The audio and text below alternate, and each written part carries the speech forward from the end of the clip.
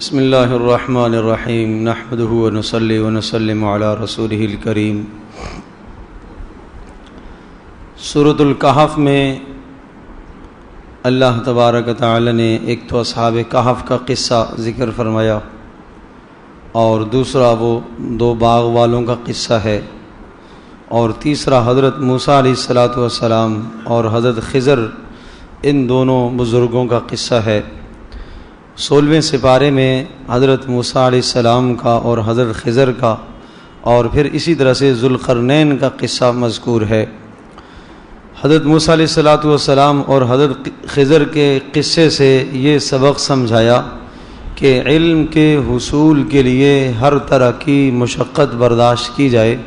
حضرت موسیٰ علیہ السلام کو اللہ پاک نے حضرت خضر سے علم حاصل کرنے کے لیے بھیجا، اور تقریباً ایک دن اور ایک رات کا سفر طے کر کے حضرت موسیٰ علیہ السلام حضرت خضر کے پاس پہنچے اور ان کی ڈانٹ اور ان کی سختیوں کو برداشت کیا، اور جتنا وقت اللہ پاک کی مرضی اور اللہ کی منشا تھی اتنا وہاں گزارا، اور وہ علم کے رموز جو اللہ پاک نے حضرت خضر کو عطا فرمائے تھے وہ موسیٰ علیہ السلام کے سامنے ان رموز کا اظہار ہوا، ان اسرار اور پیچیدگیوں کا جو کائنات کے تکوینی امور سے متعلق تھیں وہ حضرت موسیٰ علیہ السلام کو پتہ چلی۔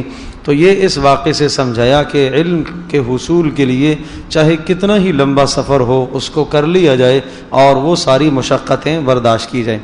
اس کے بعد حضرت ذوالقرنین کا تذکرہ ہے۔ ذوالقرنین کے مطابق عام طور پر مفسرین کی یہی رائے ہے کہ یہ نبی نہیں تھے، اللہ کے کوئی نیک ولی تھے، اور اللہ تبارک تعالی نے ان کو پوری دنیا کی سلطنت عطا فرمائی، لیکن وہ سلطنت ان کو اللہ پاک کے حکموں سے باغی نہیں کر پائی، یعنی سلطنت کے ہوتے ہوئے انہوں نے اپنے رب کو، اپنے اللہ کو راضی کیا۔ ویسے تو حضرت سلیمان علیہ السلام اور حضرت داؤد علیہ السلام ان کی سلطنت اور حکومت کا بھی قرآن میں تذکرہ ہے۔ سلیمان علیہ السلام کو بھی آپ نے بہت ہی اللہ پاک نے نرالی حکومت عطا فرمائی، پوری دنیا میں ان کی بھی حکومت تھی، اسی طرح سے ذوالقرنین کی بھی۔ لیکن سلیمان علیہ السلام کے متعلق کہا جا سکتا ہے کہ اللہ کے نبی تھے، اس لیے اقتدار کی وجہ سے وہ اللہ پاک سے دور نہیں ہوئے، اس لیے کہ اللہ کے نبی تھے۔ اس لیے پھر اللہ پاک نے ذوالقرنین کا قصہ ذکر فرمایا کہ مشرق اور مغرب کی سرحدوں تک، جہاں تک کائنات آباد تھی، دنیا جہان آباد تھا، لوگ آباد تھے، وہاں تک یہ گئے اور اللہ کا پیغام انہوں نے لوگوں تک پہنچایا۔ اور اس وقت کی ایک بڑی سرکش قوم جس کو یاجوج ماجوج کہتے ہیں، یہ حضرت نوح علیہ السلام کے بیٹے یافس کی اولاد میں سے ہیں، یہ بھی انسانوں ہی کی طرح کے انسان ہیں، لیکن قد و قامت میں کوئی تناسب نہیں ہے، کوئی بہت بڑے کوئی بہت چھوٹے۔ آپ علیہ السلام نے ارشاد فرمایا کہ قرب قیامت میں یہ ظاہر ہوں گے، اور آگے ذکر فرمایا وَهُمْ مِنْ كُلِّ حَدَبٍ يَنْسِلُونَ، ہر بلندی سے پستی کی طرف اس طرح سے بہہ رہے ہوں گے جیسے سیلاب کا ریلا بہتا ہے۔ اور آپ علیہ السلام سے پوچھا کہ اللہ کے رسول کتنے ہوں گے تعداد میں؟ آپ نے ارشاد فرمایا سمجھو کہ تمہارا ایک اور ان کا 999، یعنی ایک کم 1000، اتنی وافر تعداد میں ہوں گے، اور جس جس جگہ سے وہ گزریں گے تو وہاں کے درختوں کے پتے بھی کھا جائیں گے، اور اسی طرح سے نہروں کے پانی بھی پی جائیں گے، اور جب پانی ختم ہو جائے گا تو پیچھے آنے والا جو ان کا ریلا اور لشکر ہوگا وہ کہے گا یہاں کسی زمانے میں پانی ہوا کرتا تھا، اس قدر پانی خشک پڑا ہوا ہوگا۔ پھر اللہ تبارک تعالی اپنی رحمت سے مسلمانوں کو ان کے فساد سے جب نجات دے گا، حضرت عیسیٰ علیہ السلام کا بھی نزول ہو چکا ہوگا، اور عیسیٰ علیہ السلام ان کے خلاف بد دعا فرمائیں گے، یہ اپنی موت ہلاک ہوں گے، اور ان کے جسموں میں کوئی پھوڑے نکلیں گے، اور اس کی وجہ سے ان کی سب کی اموات واقع ہوں گی، اور پھر اللہ تبارک تعالی پرندے بھیجے گا بڑے بڑے، اور وہ ان کی لاشوں کو، میتوں کو اٹھائیں گے اور سمندروں میں لے جا کے پھینک دیں گے، اور پھر زمین پر ایک بارش ہوگی جس کی وجہ سے ان کی بدبو اور تعفن ختم ہو جائے گا۔ تو یہ قرب قیامت کی نشانی ہے۔ تو یاجوج ماجوج کو اسی ذوالقرنین نے بند کیا تھا۔ اب یہ دنیا کے کس جگہ پر ہیں؟ واللہ اعلم بالصواب۔ دنیا میں جتنی بھی تاریخی دیواریں دیکھی گئی ہیں، دریافت اب تک ہوئی ہیں، قرآن نے جو نشاندہی کی ہے کہ وہ لوہے کی دیوار اور اس کے اوپر سیسا پگھلا کر ڈالا گیا ہو، ایسی کوئی دیوار اب تک دریافت نہیں ہوئی۔ واللہ عالم بالصواب، وہ کس جگہ پر ہے۔ یہ کوئی ضروری نہیں ہے کہ انسان دعویٰ نہیں کر سکتا ہاں کہ ہم دنیا کے ہر چپے اور ہر کونے پر پھر چکے ہیں، ممکن ہے دنیا کا کوئی خطہ، کوئی مقام ایسا ضرور ہو جہاں اب تک انسانوں کی رسائی نہ ہو۔ اور اس کے بعد پھر سورہ مریم ہے، اور سورہ مریم کے آغاز میں حضرت زکریا علیہ السلام کا کلام ذکر فرمایا کہ حضرت زکریا علیہ السلام نے اللہ سے کس طرح سے اولاد مانگی اور کیا باتیں ذکر فرمائیں۔ اللہ پاک سے ایک تو اپنی کمزوری کا اظہار فرمایا، دوسرا یہ کہا کہ اے اللہ میں تیری رحمت سے مایوس نہیں ہوں، تیسرا اے اللہ میں اولاد اس لیے چاہتا ہوں تاکہ دینی فائدہ ہو کہ میرے خاندان کی دینی کفالت کرے۔ ان تین باتوں کو اللہ کے سامنے ذکر کر کے پھر اللہ پاک سے اولاد مانگی کہ اے اللہ مجھے بیٹا عطا فرما۔ بڑھاپا آ گیا ہے، بیوی میں بھی بڑھاپا آ گیا، اللہ کی طرف سے پھر خوشخبری آئی، یا زکریا انا نبشرک بغلام اسمہ یحییٰ، ہم آپ کو ایک لڑکے کی خوشخبری دیتے ہیں جس کا نام یحییٰ ہوگا، اور اس کا ہم نام اب تک کوئی بھی دنیا میں نہیں آیا، اور نہ اس جیسی صفات کا کوئی بچہ دنیا میں پیدا ہوا۔ کیا صفات تھی؟ فرمایا پہلی خوبی وآتیناہ الحکم صبیہ، بچپن سے اللہ پاک نے ان کو نبی بنا دیا۔ دوسرا وہ حنانا من لدنا، عام طور پر نبیوں کو نبوت 40 سال کے بعد ملتی ہے، حضرت یحییٰ کو، حضرت عیسیٰ کو اللہ نے بچپن میں ہی نبوت عطا فرمائی، تو ایک خوبی تو یہ ہوئی۔ دوسری وہ حنانا من لدنا وزکا، ہماری طرف سے انتہائی مہربان، ان کے دل میں شفقت اور پیار ڈالا گیا، وزکاتن اور دل پاک، وتقیاً اور بہت نیک صالح، وبرم بوالدیہ ماں باپ کے فرما بردار، ولم یکن جبارن زبان کے سخت نہیں، دل کے سخت نہیں، نافرمان نہیں، اور ان پر سلامتی ہی سلامتی، جس دن پیدا ہوں تب بھی سلامتی، جس دن موت آئے گی اس دن بھی سلامتی، اور جس دن دوبارہ اٹھائے جائیں گے اس دن بھی سلامتی ہو۔ تو حضرت زکریا کی دعا کیا تھی؟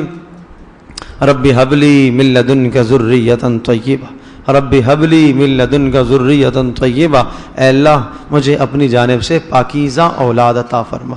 تو جو بھی اللہ پاک سے اولاد مانگے تو وہ پاکیزہ نیک صالح اولاد مانگے، وہ کلمات کہے جو حضرت زکریا علیہ السلام نے کہے تھے۔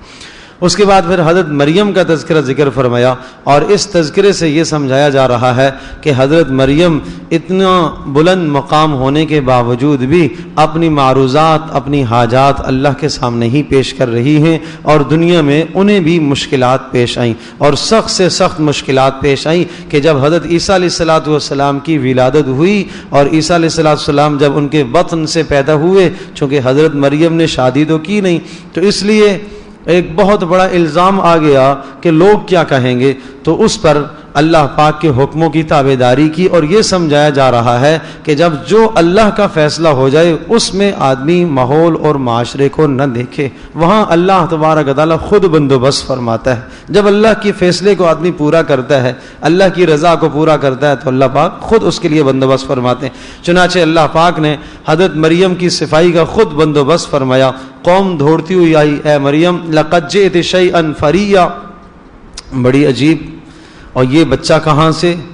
اور ما کان ابوک امرأ سوء وما کانت امک بغیہ، کہ تیری ماں بھی کوئی نافرمان نہیں تھی، باغی عورت، فاحشہ نہیں تھی، اور تیرا باپ بھی کوئی برا آدمی نہیں تھا، بہرحال یہ بچہ کیسے آ گیا؟ اولاد تو شادی تو نے کی نہیں۔ تو حضرت مریم کو اللہ پاک کی طرف سے حکم تھا کہ جو بھی تجھ سے پوچھے آپ یہ کہیے گا انی نذرت للرحمن صوما، کہ میں نے روزہ رکھا ہوا ہے۔ اس زمانے میں روزہ بولنے کا بھی تھا، بولنا نہیں تھا روزے میں۔ فلن اکلم اليوم انسیا، اشارے سے بتا دینا کہ میرا روزہ ہے اور میں آج کسی سے بات نہیں کروں گی۔ پھر لوگوں نے اصرار کیا تو بچے کی طرف، حضرت عیسیٰ کی طرف اشارہ کیا، فاشارت الیہ، لوگ کہنے لگے کیف نکلم من کان فی المہد صبیا، یہ معصوم بچہ بھلا کیا بولے گا، یہ کیا بات کرے گا؟ یہ کہنا تھا، حضرت عیسیٰ خود بول پڑے، کیا کہا؟ انی عبد اللہ، میں اللہ کا بندہ ہوں، میں اللہ کا بندہ ہوں۔ آتانی الکتاب، اللہ نے مجھے انجیل عطا کی ہے۔ یہ بچپن چند لمحوں کا پیدا ہوا بچہ بول رہا۔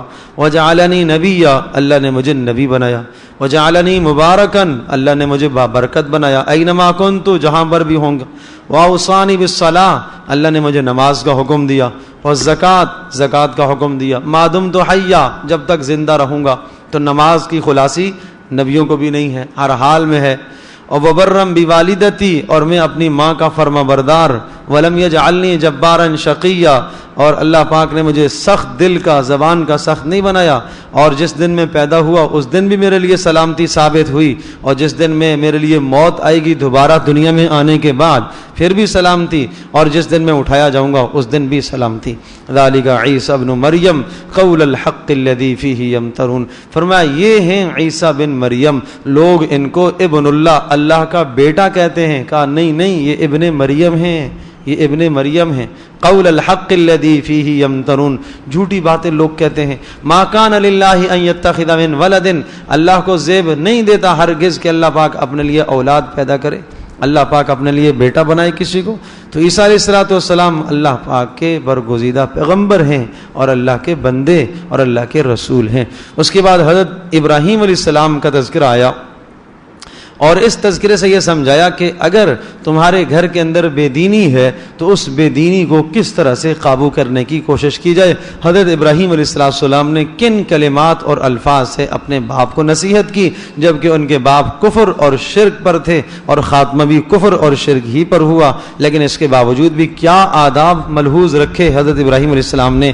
وَاذْكُرْ فِي الْكِتَابِ ابراہیم إِنَّهُ كَانَ صِدِّيقًا نَبِيًّا، بڑے نیک صادق ہمارے نبی تھے۔ اذ قال لی ابی، اپنے ابا جان سے یہ کہنے لگے، لم تعبد ما لا يسمع ولا يبصر ولا يغني عنك شيئا، ابا جی آپ کیوں عبادت کرتے ہیں ان بتوں کی جو نہ سنتے ہیں نہ دیکھتے ہیں نہ آپ کو کوئی فائدہ دیں گے۔ یا ابتی، ابا جان، انی قد جاءنی من العلم، میں وحی لے کے آپ کے پاس آیا ہوں، ما لم یأتک، ایسی وہی جو آپ کے پاس نہیں ہے، لہٰذا فاتبعنی اہدک صراطا سویا، آپ میری پیروی کر لیں اس معاملے میں آپ کو سیدھی راہ دکھاتا ہوں۔ یا ابت لا تعبد الشیطان، اے ابا جان آپ شیطان کے نقش قدم کو چھوڑ دیں، ان الشیطان کان للرحمن عصیا، اس لیے کہ شیطان اللہ کا نافرمان ہے، آپ کیوں اس کی بات سنتے ہیں۔ یا ابت انی اخاف ان یمسک عذاب من الرحمن، اے ابا جان مجھے یہ ڈر لگتا ہے کہ اگر آپ نے یہ شرک اور کفر نہ چھوڑا تو اللہ کا عذاب آپ کو پہنچے گا، فتکون للشیطان ولیا، اور کہیں ایسا نہ ہو کہ آپ شیطان کے ہم نوا بن جائیں۔ تو باپ نے سخت ڈانٹا، اراغب انت عن آلہتی یا ابراہیم، اے ابراہیم تو مجھے اپنے معبودوں سے روک رہا ہے، لئن لم تنتہی، اگر تو باز نہ آیا، لارجمنک وہجرنی ملیا، تو پتھر مار مار کے تجھے سنسار کر دوں گا۔ لیکن پھر بھی ان سختیوں کا جواب بھی بدتمیزی سے نہیں دیا بلکہ ادب سے کہا، سلام علیک، ابا جان آپ پر سلامتی ہو، بس میں آپ سے رخصت چاہتا ہوں، میں جا رہا ہوں، اس ماحول میں میرا گزر بسر نہیں ہو سکتا، اس شرک اور اس کفر کے ساتھ اس ماحول میں نہیں رہ سکتا۔ ساستغفر لک ربی، میں اللہ پاک سے آپ کے لیے بخشش طلب کروں گا، میرا اللہ بڑا مہربان ہے، اور میں آپ سے اور جس چیز کی آپ پوجا کرتے ہیں ان بتوں کی، ان تمام سے علیحدگی اختیار کرتا ہوں، اور میں اللہ ہی کی طرف رجوع کرتا ہوں، اور میرا رب مجھے سیدھی رہنمائی عطا کرے گا۔ فلما اعتزلہم، اللہ پاک نے ارشاد فرمایا جب ابراہیم نے اتنی بڑی قربانی دی، خاندان چھوڑا، اللہ نے نیا خاندان دیا۔ کیا نیا خاندان؟ وَوَهَبْنَا لَهُ اسحاق و یعقوب، ہم نے ان کا بیٹا انہیں اسحاق دیا، پوتا یعقوب دیا، اور اسحاق اور یعقوب، پھر حضرت یعقوب سے نبیوں کا سلسلہ شروع ہوا، اس لیے حضرت ابراہیم علیہ السلام کو ابو الانبیاء، نبیوں کا باپ کہا جاتا ہے۔ 8 پیغمبروں کے علاوہ سارے نبی انبیاء سب کے سب ابراہیم علیہ السلام کی اولاد سے ہیں۔ یہ اتنا مقام اس قربانی پر ملا ہے، اتنا مقام اس قربانی پر ملا ہے۔ پھر ابراہیم علیہ السلام کے پھر خاندان میں سے پھر موسیٰ علیہ السلام، حضرت ہارون علیہ السلام، اور اسی طرح سے بیٹے حضرت اسماعیل علیہ السلام، اور ان تمام انبیاء کا تذکرہ، اور اس سے پہلے جو انبیاء ابراہیم علیہ السلام سے گزرے ہیں، حضرت ادریس علیہ السلام اور حضرت نوح علیہ السلام، ان تمام کا تذکرہ کر کے پھر یہ ارشاد فرمایا یہ سب کے سب اللہ کی طرف رجوع کرنے والے تھے، لیکن ان کی دنیا سے رخصت ہو جانے کے بعد نااہل قسم کے لوگ جب آئے تو ان نااہلوں نے سب سے پہلے آ کے دنیا میں یہ خرابی کی، فخلف من بعدہم خلف اضاعوا الصلاۃ، نمازوں کو ضائع کیا۔ تو نمازوں کو ضائع کرنا بہت بڑا جرم ہے جس میں دھرتی میں فساد پیدا ہوتا ہے، اس لیے کہ نماز ہی ہے جو بہت سارے جرائم سے، گناہوں سے انسان کو روکتی ہے۔ واتبعوا الشہوات، خواہشات کی پیروی میں لگ گئے، فسوف یلقون غیا، اور غی جہنم کی ایک وادی ہے، اس میں وہ ڈالے جائیں گے ایسے لوگ جو نماز کو ضائع کرتے ہیں اور خواہشات کی پیروی کرتے ہیں۔ حدیث پاک میں آتا ہے غی وہ وادی ہے کہ جہاں بڑے بڑے بچھو اور سانپ ہیں، اور اتنے بڑے اور موٹے کہ ان کی گردنیں خچروں کی گردنوں کی طرح ہوں گی، اور ان کی پیٹھوں پر مٹکے زہر کے ہیں، اتنے بڑے بڑے سانپ اور بچھو اس غی وادی میں ہیں۔ اللہ پاک ہم سب کی حفاظت فرمائے۔ یہ مسلط ہوں گے تارک نماز، نماز کو چھوڑنے والے پر اور خواہشات کی پیروی کرنے والے پر۔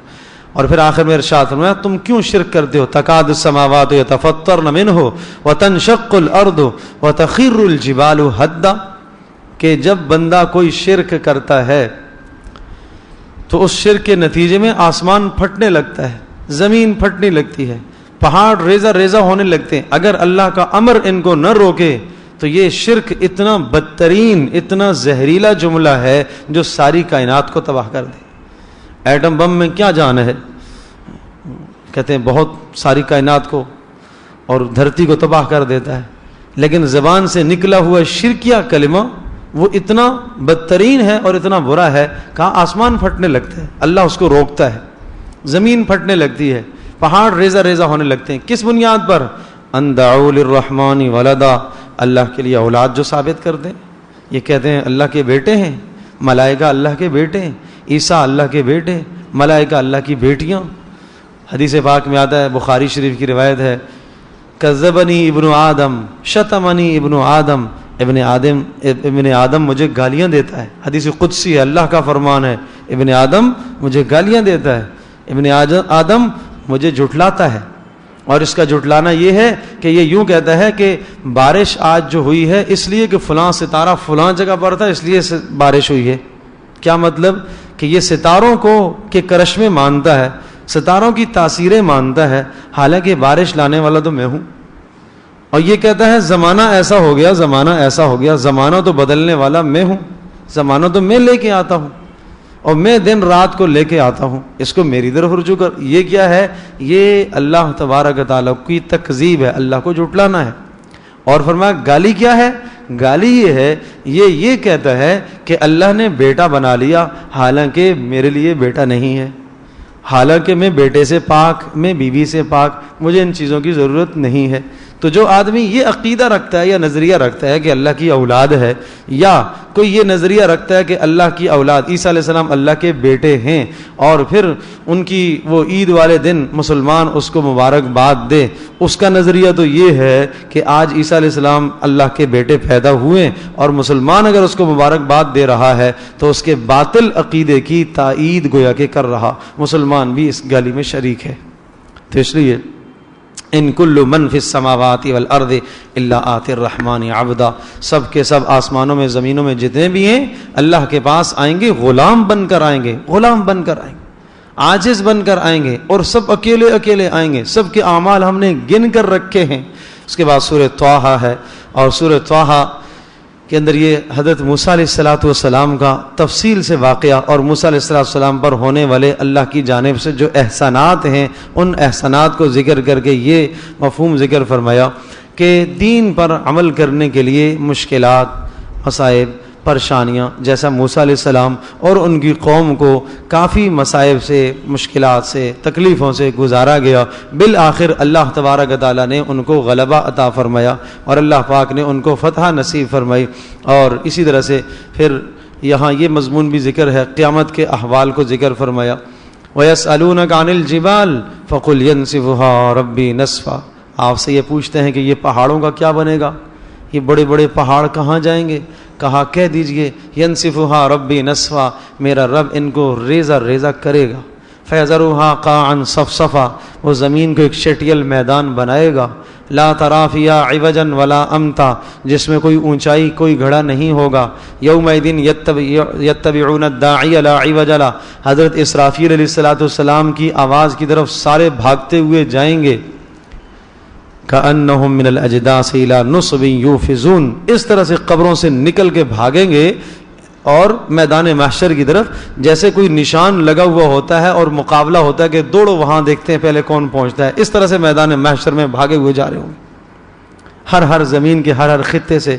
فرمایا 4 انگل کی جگہ بھی نہیں ہوگی جہاں سے کوئی انسان نہ اٹھتا ہو۔ اور حضرت جبریل علیہ السلام، حضرت میں اسرافیل، میکائیل علیہ السلام جو سور پھونکنے والے اسرافیل علیہ السلام، وہ آواز لگائیں گے، وہ یہ کہیں گے کہ اے بوسیدہ ہڈیوں جمع ہو جاؤ، اے منتشر بالو جمع ہو جاؤ، اے کٹے ہوئے گوشتوں جمع ہو جاؤ۔ تو اس طرح سے زمین سے ان کی آواز پر اٹھنا شروع کریں گے۔ اور فرمایا یومئذ یتبعون الداعی، اس داعی کی پکار کو سب لبیک کہیں گے۔ وخشعت الاصوات للرحمن فلا تسمع الا ہمسا، سب آوازیں آج اللہ کے سامنے پست ہوں گی، کوئی نہیں بول سکے گا، کوئی سفارش نہیں کر سکے گا، ہاں جس کو اللہ پاک اجازت دے گا۔ اور وعنت الوجوہ للحی القیوم، سب کے سب اللہ کے سامنے جھکے ہوئے ہوں گے۔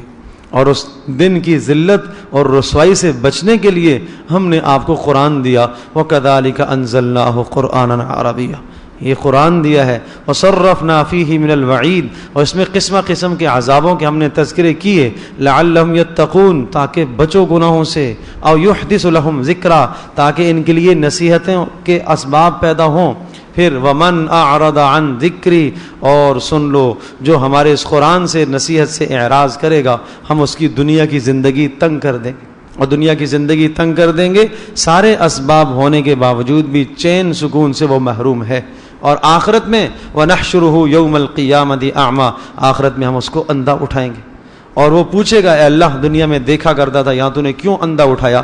اللہ ارشاد فرمائیں گے میرے احکام تیرے پاس آئے تھے، آیات آئی تھیں، تو نے قرآن کو سنا سمجھا، لیکن تو نے اس سے منہ موڑا، اعراض کیا، اس لیے آج تجھے ہم نے بھلا دیا۔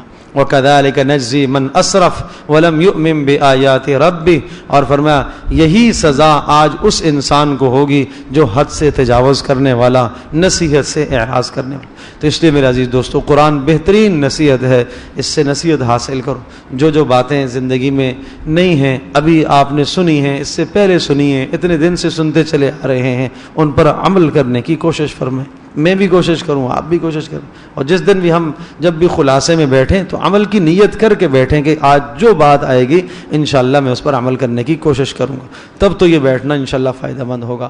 اللہ پاک ہم سب کے لیے عمل کرنا آسان